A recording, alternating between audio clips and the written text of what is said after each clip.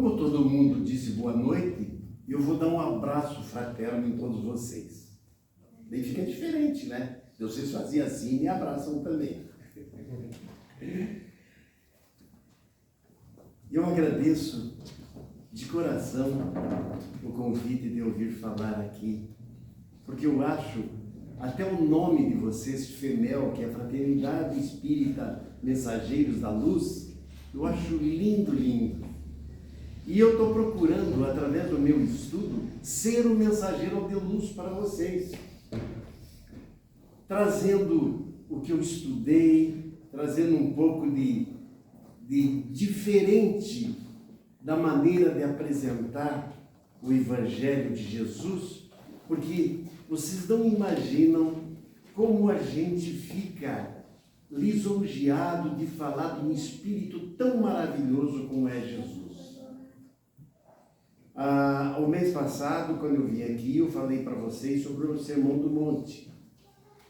E o Sermão do Monte, todos os grandes religiosos do mundo todo falam que se acabassem com os livros e te ficasse só o Sermão do Monte para a humanidade, já seria a grande salvação da humanidade. O Everton veio aqui e fez a oração falando do governador do planeta Terra, que é Jesus. E a vez anterior eu falei como governador da Terra, que era Jesus, a apresentação da plataforma dele, que foi apresentada a todos os seres humanos através das bem-aventuranças, em que dá oportunidade para cada um de nós de sermos o mensageiro da luz do Evangelho dele. Hoje, a Lenir leu sobre a porta estreita, que é um dos itens do capítulo que eu vou falar hoje, que é de muitos os chamados e poucos os escolhidos, em que relembra novamente outra ação de Jesus. Então nós vamos relembrar a vida do nosso Divino Mestre, que sempre está junto a nós, nos dando força, paz e energias. Porque nós somos sedentos de paz. Mas será que nós distribuímos paz? O Evangelho nos ensina. Jesus nos falou, através do Sermão do Monte, que uma das virtudes do cristão é ser pacífico. Se nós não aprendemos até agora, nós vamos ter que aprender. Nós somos sedentos de humildade. Nós queremos humildade principalmente para nós.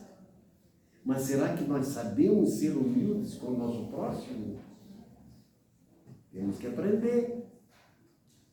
Agora nós somos cheios de dor, que era a terceira virtude que Jesus tem aventuranças. Vinde a mim, vós que estáis com fome, vós que estáis com aflição, vós que estáis com dores, que eu vos aliviarei. Ele não está prometendo em fazer isso nessa vida atual, nessa reencarnação. É uma projeção que ele faz do que nós devemos melhorar para ter uma vida boa a hora que nós saímos daqui.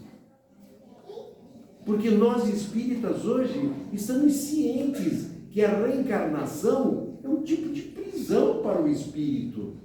O espírito vem, pega meu corpo, eu sou Hamilton, que falo, reconheço, leio, estudo, mas eu tenho que preparar essa minha consciência da melhor maneira possível, através do meu livre-arbítrio, para que eu possa viver bem.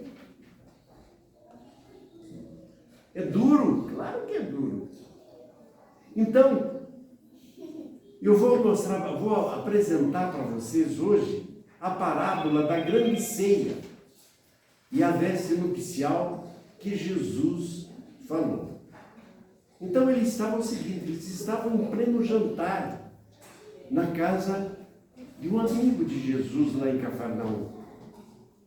E geralmente, nesses jantares, coitado de quem convidava Jesus, porque tinha que levar os 12 discípulos e mais uma carreada de gente que acompanhava Jesus. Mas a pessoa que o convidava ficava feliz por saber que estava ali o mestre dos mestres. Daí, depois que jantaram tudo, um dos convidados, que não era Jesus, se levantou e falou: feliz aquele que come o pão no reino de Deus. Jesus pensou, ouviu ele, disse: olha, parabéns ele ter falado uma frase dessa. Mas aí ele disse assim: olha, em homenagem ao nosso amigo que falou do pão do reino de Deus, eu vou contar para vocês a história de um grande homem, um poderoso homem. E esse homem deu uma grande ceia em prol do casamento do filho dele. E convidou várias pessoas e preparou aquela festividade maravilhosa. Mas chegou na hora da festa, não tinha aparecido ninguém. Daí, o que o homem fez? Pegou e mandou o servo dele e avisar os convidados. O primeiro convidado chegou e disse assim: caramba, eu comprei um campo onde eu vou plantar e preciso ir vê-lo, preciso conhecer para saber o que eu vou precisar fazer. Então eu não vou na festa. Ele foi no segundo. O segundo disse assim: eu comprei uma junta de bois e tenho que experimentar essa junta de bois para ver se ela vai ser a contento para o serviço que eu preciso. E o servo só ouvindo ali. O servo foi no terceiro convidado. O convidado: meu amigo, me perdoe, vai lá e diz para o teu chefe, para o teu grande e poderoso chefe, que eu me casei hoje também e eu não vou poder ir na festa. O que o servo fez? Voltou e contou para o patrão dele. O patrão dele ficou super zangado. E o que ele fez? Como ele era poderoso, ele juntou o exército dele e foi lá e dizimou todos os convidados. Veja bem que eu estou contando uma história que Jesus estava contando. Então não é que tenha acontecido. Só para ele realmente colocar na cabeça de todo aquele povo o que ele queria dizer. Daí ele se virou para outro servo e disse assim: vai, sai depressa pelas praças, pela rua da cidade e traga para cá os pobres, os aleijados, os cegos, os mancos, traz tudo aqui para a festa. E o servo saiu e trouxe tudo que ele pôde encontrar. A hora que ele voltou, ele disse assim: Senhor, eu fiz o que mandaste fazer, mas ainda existe muito lugar na festa, ainda tem lugar vazio ainda na festa. Então, sai pelas ruas e pelas estradas e faça as pessoas virem para cá. Eu quero encher esse local aqui. Eu quero que a casa fique cheia. E ainda repete para o servo: pois eu digo a vocês que nenhum daqueles que foram convidados vai provar do meu banquete, dos convidados que ele mandou dizimar. Então, qual que é o significado da grande ceia? Veja bem, a hora que ele está falando grande Senhor, é óbvio que ele está falando do Pai Celestial. A grande festa que ele estava dando era para apresentar o Evangelho. E isso se coaduna na época de Jesus, quando vieram os missionários, Moisés e tudo antes dele, e ele mesmo E os hebreus não aceitaram o evangelho como deveria ser aceito. Porque, por incrível que pareça, pessoal, Jesus, o objetivo principal da vida de Jesus e de Moisés foi para tornar o planeta inteiro conhecedor de um Deus único, acabar com o politeísmo dos vários deuses. Porque o ser humano estava adorando a matéria, estava fazendo imagens de bezerro de ouro e amando o bezerro de ouro. O que um bezerro de ouro vai fazer de bem para a gente? Vai pegar o dinheiro da gente para fazer o ouro. As moedas de ouro que era na época para fazer o bezerro. Então, o fundamento da vida de Jesus foi para vir firmar a lei de Deus apresentada por Moisés. Eu apresentei para vocês aqui, quem já participou, em outras reuniões que fiz, eu mostrei que a maioria das civilizações politeístas estão sumindo do mapa. Como sumiu o Egito, sumiu os Incas, sumiu a Atlântida. Vocês devem lembrar quando eu falei sobre isso. Por quê? Porque o Pai é único nosso. Existe um Pai somente, tão bondoso, tão carinhoso, tão amoroso. E daí a gente começa a pensar com relação às bodas. Por exemplo, quem era o primeiro servo que Deus mandou? Foi o amor incondicional. Foi o amor que veio através de Jesus. Quando Jesus chegou trazendo o Evangelho, ele trouxe a palavra amor. Mas não da maneira como a gente pensava que era o amor, que era paixão, era sexo. Não. Era amar a pessoa ou o próximo como amar a si próprio, que não é egoísmo. Todos nós temos que nos amar. Eu gosto de cabelo branco, tem outro que gosta de barba branca, para se gostar, porque você tem que se gostar para que o amor, que é um oceano que existe na mão de Deus, passe por você e vá para a tua esposa, vá para o teu filho, vá para o teu amigo, para o teu compadre. Mas você tem que gostar de você. Se você não gostar de você, não passa. Vou dar um exemplo para vocês. Fizeram um levantamento numa penitenciária. O que aqueles grandes criminosos estavam lá, o que eles pensavam do amor?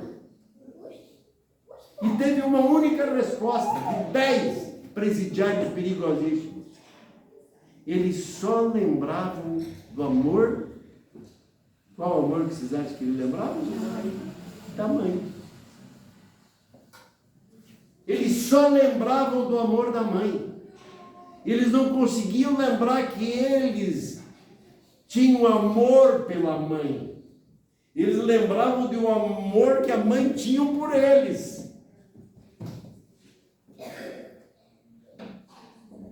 E outra coisa, vamos me dizer que vocês que são pais, são avós, são tios, vocês não querem ensinar o melhor possível para os rebentos pequenininhos, de amor, de tudo? Claro que nós queremos. E esse é o objetivo, porque Jesus está tratando todos os homens como criancinhas, que tinham que aprender.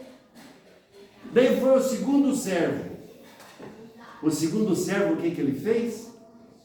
Ele trouxe para apresentar tudo a dor. Que foram os mancos, os aleijados e tal, que vieram para ali por necessidade, para melhorar. A dor faz com que... A dor tem 3 funções. A primeira, para você realmente tomar ciência de que existe a dor e você tem que se cuidar. A segunda é para te purificar. E a terceira, para melhorar as condições que você precisa ter. Por exemplo, Tenho certeza aqui que alguém já teve unha encravada. Como é que não dá unha encravada em quem usa chinelo? Ou que usa sapato grande, um sapato largo? Só dá unha encravada em quem usa sapato bico fino, sapato apertadinho, daí dá unha encravada. Então a unha encravada veio para te lembrar que você não pode usar aquele calçado. Lembram que eu contei que eu tive câncer? Por quê? Porque eu senti raiva, senti ódio. Não sintam isso. Isso faz um mal danado para nossas células. A tua célulazinha da ponta do teu dedo pensa igualzinho o que você está pensando aqui. Você é o Deus da tua célula. Daí foi o terceiro servo. Qual que foi o terceiro servo? O sofrimento. Então, teve que passar por tudo aquilo, bodas, uma festa, para o pessoal entender qual que era o objetivo para reunir todo mundo. Que era para todo mundo se amar, todo mundo se encontrar, todo mundo estar junto. Então, é possível aplicá-la nos dias de hoje, que correm? Se todos nós realmente seguíssemos os ensinamentos de Jesus, o mundo estaria totalmente modificado na sua estrutura moral. Mas nós já melhoramos. Esse é a grande notícia que eu tenho para vocês. Nós melhoramos bastante. E eu já falei a vez passada, nós não andamos mais com espada, com revólver, com espingarda. Vocês não vão acreditar. Eu fui criado em igreja católica, na minha cidade. Isso há 60 anos atrás. Eu estou com 74. Então, 60 anos atrás, estava com 14. Menos ainda. Eu via meus tios entrarem na igreja com revólver. Não tem aqui alguém que via isso na igreja? Entrava com revólver na cintura. Caramba! E hoje nós não temos mais isso. Só que nós temos uma arma mais perigosa. E sabe qual que é a arma mais perigosa? Mais perigosa que espada, que revólver, que tudo. Sabe qual que é? Vou mostrar para vocês. A língua. Através dessa arma aqui, vocês podem matar uma pessoa. Podem matar teu próximo. Falando mal, induzindo ela a fazer coisas erradas. Então, de vez em quando nós temos que, esse coldre aqui que se chama boca, que tem essa arma, nós temos que nos ater e fazer com que ela imita só coisas boas. Eu volto a falar para vocês, às vezes vocês ficam me olhando assim, eu fico até assustado. Sim, estão pensando que eu sou um anjinho. Eu não sou. Eu ainda não consegui aprender um monte de coisa. E estou com 74 anos. Preciso aprender mais. Preciso ler. Preciso fazer com que essa minha consciência limpe mais. Então, o que eu estou fazendo? Estou fazendo o máximo possível de bem, de ajudar os outros, que diz a espiritualidade, que cada coisa boa que você faz, você apaga uma coisa ruim que você fez. Então, sabe o que eu estou fazendo? Agora, porque agora está apressando, porque eu já estou ficando velho. Eu estou procurando uma borracha desse tamanho para apagar tudo. Eu pago e me livro de todos os pecados que eu fiz. E é isso que nós temos que fazer. Quer ver? Por exemplo, o chamamento nosso do reino dos céus. Olha que coisa impressionante. Os chamados pelo Espiritismo. Uma pessoa que geralmente vem no centro espírita, vem principalmente por necessidade. Então ela começa a ver vulto, visagem, fantasma, presença de entidade espiritual, tem sonho tumultuado. Daí ela vem para o centro espírita. Corre para o centro espírita. Chega aqui no centro espírita, graças a Deus, toda a equipe de coordenadores aqui, junto com a espiritualidade, prepara esse ambiente para a pessoa, ou para nós, prepara para cada um de nós esse ambiente. Fica essa energia gostosa. E ali faz com que essa pessoa que estava tendo aquele sonho tudo, se debruçar sobre a doutrina espírita, estuda o evangelho, faz um monte de coisa. Então isso, o fenômeno de ver as coisas foi um chamariz. Ontem eu estava lá no Centro Espírita Allan Kardec, em Londrina. E antes, eu acho que foi 2h da tarde, mais ou menos, eu recebi um telefonema de uma mulher chamada Karina com K. E ela disse assim, eu preciso tomar um passe, porque me disseram que eu sou médium e tal, o senhor poderia me explicar? Eu disse assim, Karina, sou eu que vou falar hoje lá no Allan Kardec. Vamos combinar? Vai ser às 20 horas, eu vou meia hora antes para te atender, eu vou conversar tudo com você.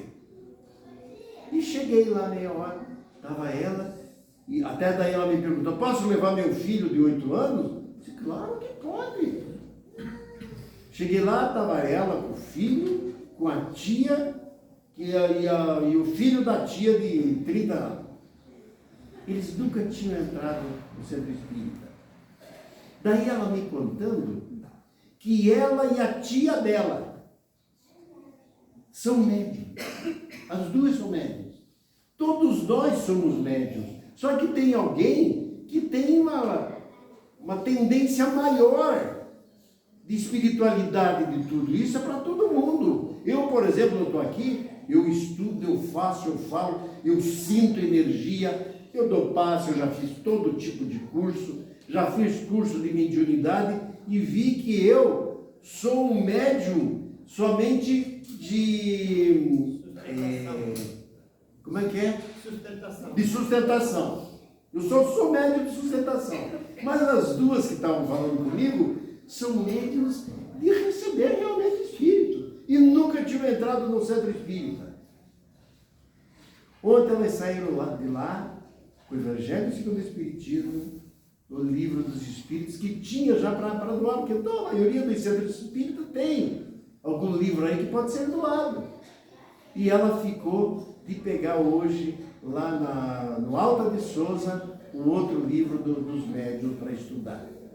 E eu expliquei tudo para ela.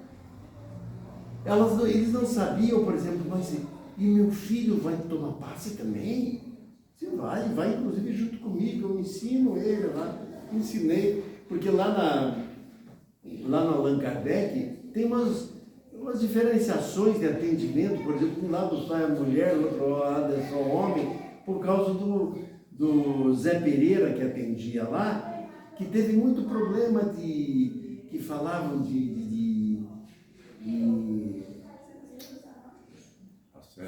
assédio. Então, separam para lá, separam para cá. E ele morreu faz 1 ano e continuou aquilo lá. Ele está dando tudo certo na casa. Por que eu vou querer mudar o negócio dele? Está dando certo, vamos continuar. E lá o ambiente também é maravilhoso. Então, os fenômenos que estavam acontecendo com essas duas foi um chamariz para irem lá. E hoje, já passei todos os endereços para ela ir, pertinho da casa dela, tudo para auxiliar. Então são esses mensageiros da luz que eu falei. Você tem que ser o mensageiro da luz para falar para alguém que não conhece. Que eles estão um passinho atrás sem entender por que acontece. Porque a hora que você entender por que um fantasma aparece para você, que não é milagre, não é nada, é simplesmente uma coisa energética que está acontecendo, você vê que milagre só acontece quando a gente tem fé. Jesus, toda hora que ele curava a pessoa, ele não punha a mão na cabeça da pessoa e dizia: a fé te curou? É que nem nós, se nós não acreditarmos que existe o nosso Deus maravilhoso nos protegendo, nós vamos ficar desprotegidos. Então a parábola que eu falei para vocês compara o banquete realmente a participação no reino de Deus. E o convite à veste nupcial nada mais é do que pedir para que as pessoas aceitem o Evangelho. Que a veste nupcial que Jesus fala, lá que teria que vir para as bodas com a veste nupcial, é a pureza do coração, do sentimento, do pensamento de coisas boas. Então nós temos que ler e fazer com que isso realmente entre dentro de nós. Daí que nós vamos entender o porquê que o capítulo 18 é muitos os chamados e poucos os escolhidos. Os bons e os maus. Que nem a menina leu, da porta estreita. Porque sempre nós vamos encontrar uma porta larga, gostosa, com flechinha, Coca-Cola grátis, sexo grátis. É a porta que todo mundo gosta de entrar. E a porta do bem é estreitinha, porque são poucos que vão entrar lá. Jesus já nos falou que a terra vai ser herdada pelos mansos. E a espiritualidade está nos falando que já começou a limpeza. Por exemplo, aqui diz, os bons e os maus é uma maneira de exprimir a totalidade da vida. Os maus, não podendo permanecer no planeta Terra, deverão encarnar em outros mundos. Como há 1 milhão de anos atrás, quando a Terra era pré-história. Para que recomece tudo. Deus nos dá essa oportunidade a todos nós, bons e maus. A pressa é tua, de se você quer se beneficiar antes ou não. Que o cristão que foi chamado também tem que prestar atenção nisso. Porque nós não podemos participar ou fazer parte dos maus. Porque se nós não colocar em prática os ensinamentos trazidos pelo Mestre Jesus, nós estamos perdidos. Então, portanto, meus queridos amigos espíritas, cristãos e amados desse nosso Deus maravilhoso, nos preparemos para o futuro iluminado que queremos ter. E tenho certeza que todo mundo quer.